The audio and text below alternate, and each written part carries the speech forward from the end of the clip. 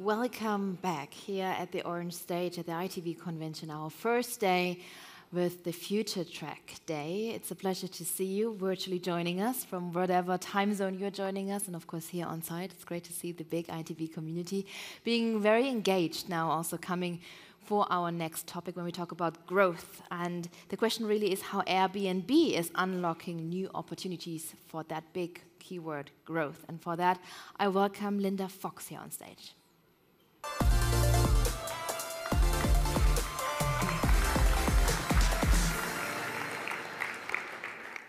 Thanks, Katie. Great to be here. I am delighted to welcome Dave Stephenson. He's Chief Business Officer for Airbnb, and he's been in the role for literally 4 days. So we're going to have a great conversation about growth, about AI, about geographic strategy, and all sorts of other things. So welcome to Dave.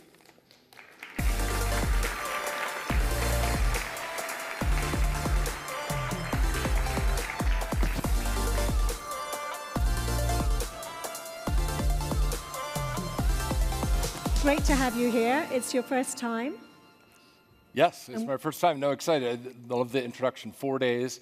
I figured the first thing I should do is come to the ITB conference and talk to everybody. Well, we're delighted, and as you can see, we've got a very full room, so let's get into this. Yeah, please. So how should we think about you and this new role that's been created within Airbnb? Yeah, you know, I actually started my career back maybe 20 years ago at Amazon. Started in 1999. And, you know, it was a bookstore then. And I talked to my wife about, joining this bookstore because I said, Amazon's going to be big. It's going to get into CDs, DVDs. They're going to go big places. And when I started talking to Brian Chesky about joining Airbnb about 5 years ago, it was something similar. I saw what's the potential of Airbnb for the future. And I joined as CFO and looked to, all the exciting things that we aspired to do as a company. And then 18 months later, COVID hit. And I'm sure many people in the room have amazing stories about how you navigated the COVID crisis.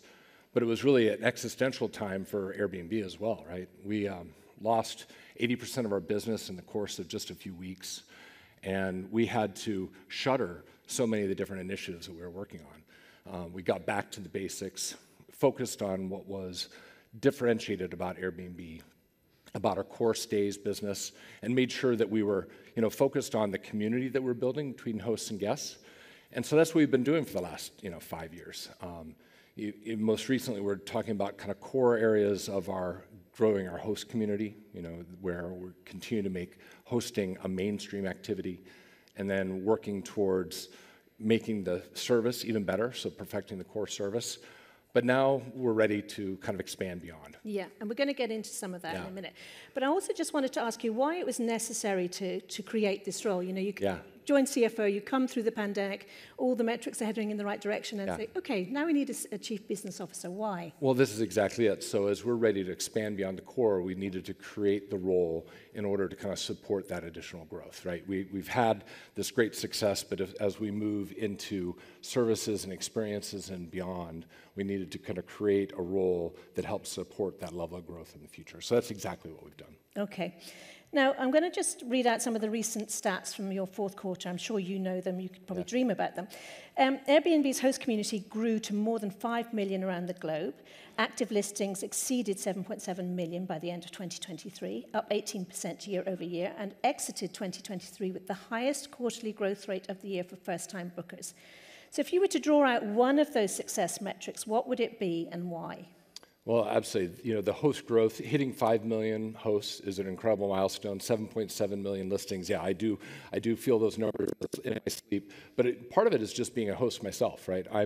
I host a home just outside of Seattle, Washington, my hometown, where we have a cabin in the woods, and I love being able to kind of share that property with other guests. I share how to make a pizza in the pizza oven, or what's the best hiking trail, or I love to give advice, what the best ski run is. But then I've also loved being able to talk to other hosts that also enjoy hosting. Yesterday I spoke to a host here in Berlin. Their family travels frequently, and when they travel, they leave their home and actually put it on Airbnb and share it with others. I've talked to other hosts that a couple that one of them lost their job, unfortunately, but the fact that they're actually Airbnb hosts, they're actually able to keep their home as part of being, a host on Airbnb. And so it's that growth of our host community that we're continuing to kind of focus on, where we're developing new services and tools in order to help them. Things like last year we launched a listing tab in order to make it easier to list.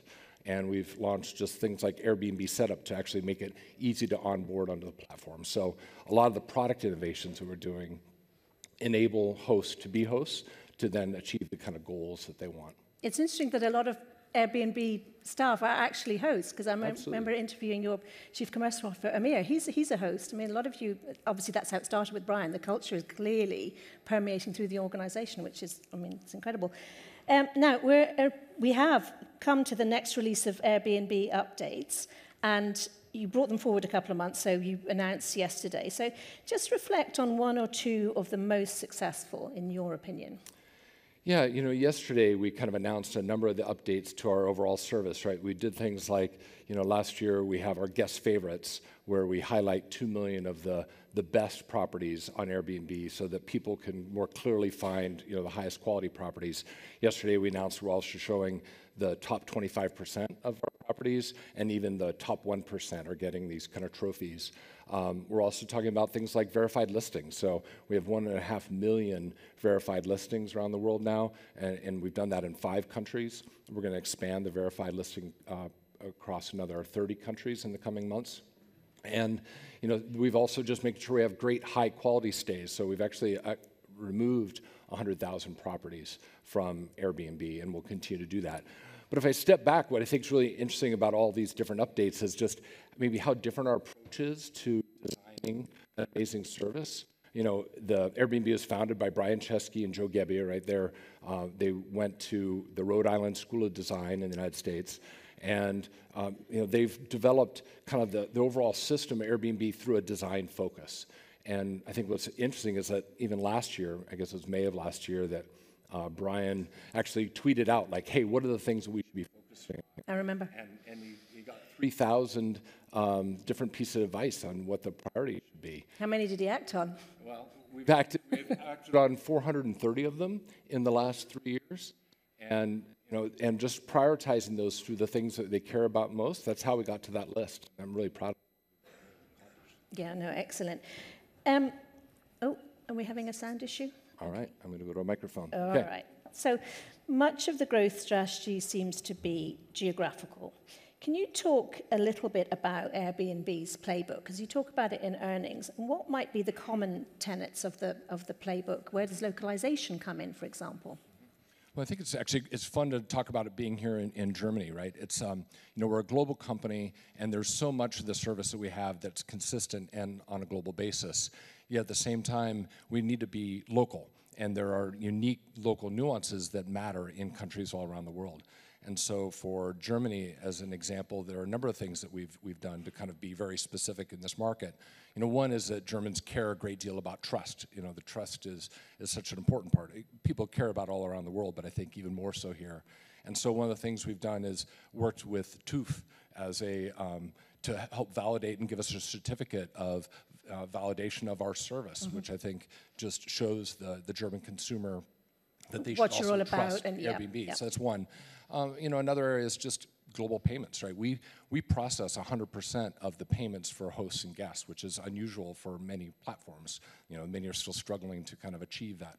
And yet, for the German guest, what we did was move our Pay Less Upfront product, where you could have a 50% deposit prior to kind of booking. We lowered it to 20% and saw a material increase in our overall bookings. And then we're just making sure that we're showing up locally in the way in which we do our marketing. We're not just a search engine marketing kind of arbitration company, right? We do a full funnel approach to all of our marketing activities, whether that's PR, communications, brand, and search engine marketing. We just have an incredibly strong brand that we need to kind of funnel and support each of that, each of those elements. And we do things like here in Germany, we did an Only On with a Weissenstein in a Palace, which was in the Netflix series, and just showing up really local. So I'm here in Germany today. Tomorrow I'll be in Paris. We're actually one of the Olympic sponsors for, stays with both the Paris Olympics all the way through the LA 28 Olympics. And, we're having a great relationship with Paris itself and the Olympics because, we're going to have hundreds of thousands of people staying in Airbnbs. Like, they literally would not be able to, achieve success for the Olympics if it wasn't for us. And then I'll be on in London on Thursday, and actually we just announced this morning that we're going to have an only on in St. Paul's Cathedral. Oh, wow. So it's going to be really amazing. It's like the first time that somebody's been able to kind of sleep in St. Paul's since World War II. So we announced that today, and we'll be checking that out. So, just showing up locally we think is incredibly important. So it's not just about geographic, and Brian Chesky, your CEO, said that that's just one part of a bigger strategy. And he said, because we've always believed that Airbnb was destined to offer more than just a place to stay. And now it's time for us to expand that core business and reinvent Airbnb. So what more can you share? Yeah, again, I think we'll have more to share later in the year. So I'll kind of give you a little early preview. But the idea is that, when we kind of got back to the core essence in COVID and kind of focused on stays, we shuttered a number of the areas that we were doing initiatives in the past. And now we're going to be expanding into things like services and experiences that are all surrounded and in support of our stays business, right? It'll help with an overall kind of community of guests and hosts and the things that they need, right? We have millions of the 5 million hosts. Like, what are the things that are going to keep them on Airbnb, and what are the things that might help support other hosts coming on board? And those could be anything to make it, maybe easier to do maintenance, easier for cleaning, maybe easier to have a co-host that enables them to share their homes. Those could be types of services that we would be doing. And the guest side, right? We have tens of millions of guests all around the world, and what are the things that guests are caring about, right? They may need fridge stocking services or transportation from the airport, or maybe a late checkout and a place to store their bags. So there seem like simple things, but these are things that are already occurring today, and that other people are either providing or not providing in as good of a way as what we could do if we integrate them well into our service. And then those are all the ways that we can support the overall kind of community of guests and hosts. So nothing to announce immediately today, but later this year and into next year, you should see a lot more of the different services that we'll be providing.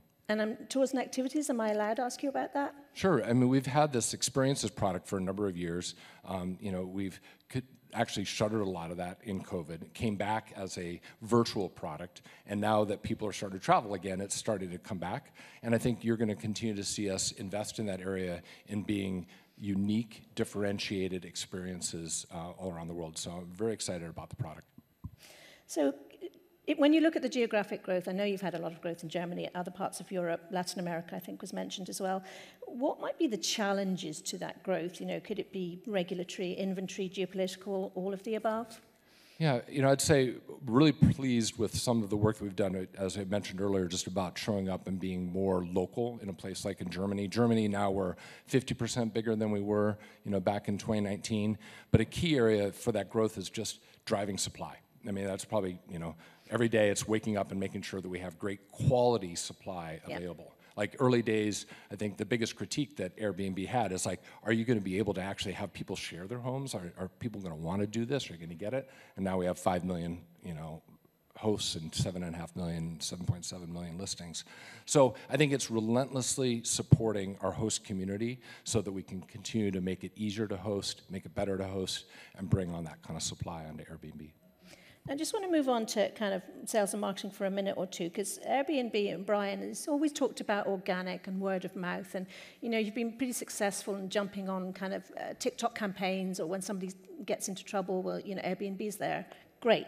But actually, your sales and marketing expenses have been creeping up. I think 1.6 billion in 2023. So has the strategy changed in any way, or have you had to adapt in any way, given the competitive landscape? Yeah, no. Put my old CFO hat back on for a moment. Back in 2019, we were investing substantially in overall marketing. It was probably a disproportionate level of marketing investment, and we scaled that back.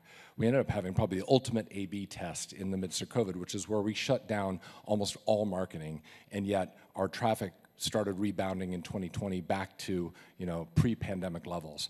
And we did that on the back of the really strong brand that we have, and on all of the just the power of the fact that of the 7.7 million listings, the majority of those are unique to Airbnb. So people come kind of directly to us. So actually, marketing as a percentage of revenue has actually remained really stable in 22, 23, and expected in 24. So as the dollars have grown, as we continue to get bigger, what I'm excited to do is add more brand marketing campaigns to more countries. So we've done brand marketing in about 5 countries historically, and now this year we're going to do about 20. We're doing things like adding brand marketing, we'll be in Flemish, we'll actually, in Belgium. Like, we're actually able at our scale to provide our marketing activities really localized in many more countries. So is that where the share is kind of going? Is it TV and brand marketing? Yeah, we invest probably disproportionately in brand, television, radio, online, and so hopefully many of you have seen the ads. I think that they've been very effective in showing why Airbnb is better in many trips. Now, a second element of the growth strategy is AI, and I'm going to refer to what Brian said in the earnings call. AI can allow Airbnb to do things we could never have imagined, and I can imagine his brain is just all over the place at any given moment, and you've worked with that over the past couple of years. So how much of that do things we could never have imagined is in his head, and how much of it is actually strategy written down somewhere? I think it's a combination of both. I mean, I do think that AI is going to transform the way in which we kind of interact with the world. I mean, it is truly a transformational technology. I can tell you that we are not planning to go build our own large language models and big data centers to go do all of that. We're going to be consumers of that kind of capability and technology.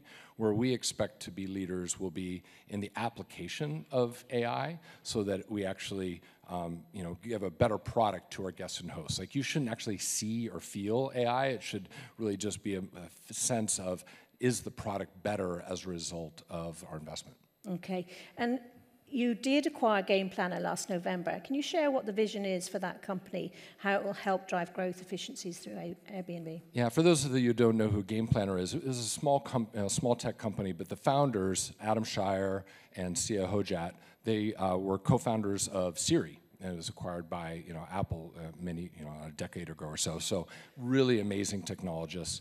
Super happy to have them and the team joining the company. I think they're injecting a huge amount of knowledge and skill into our company, so that we can both improve the back-end capability that's supporting AI, and then what are the new future services and capabilities on the front end that will actually change the surface and the service in the future. And can you share, at this stage, any kind of early successes with what you're doing with AI? Well, there are a few areas. I'll start on the back end and then go to the front end. I mean, we've been doing, and maybe many companies say this, we've been doing AI a long time. I mean, the reality is machine learning is just a simpler form of artificial intelligence that we have been doing for a while.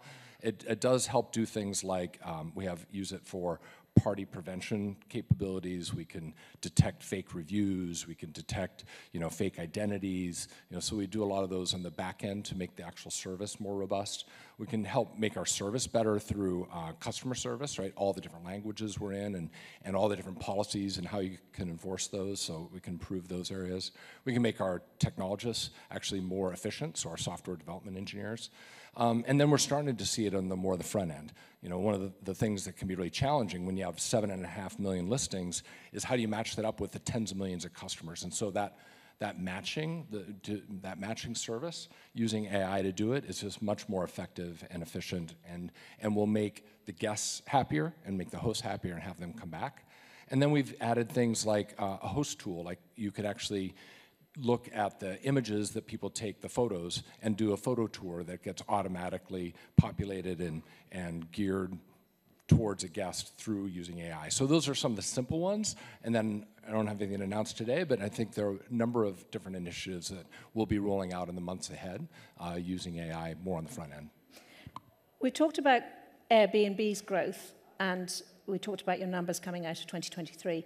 What about the overall industry? I think Focusrite's own research this morning showed the kind of curve for short-term rental up here and the rest of the industry growing, but kind of down here somewhere. So what do you think are the drivers that will mean that we continue to see those kind of levels of growth?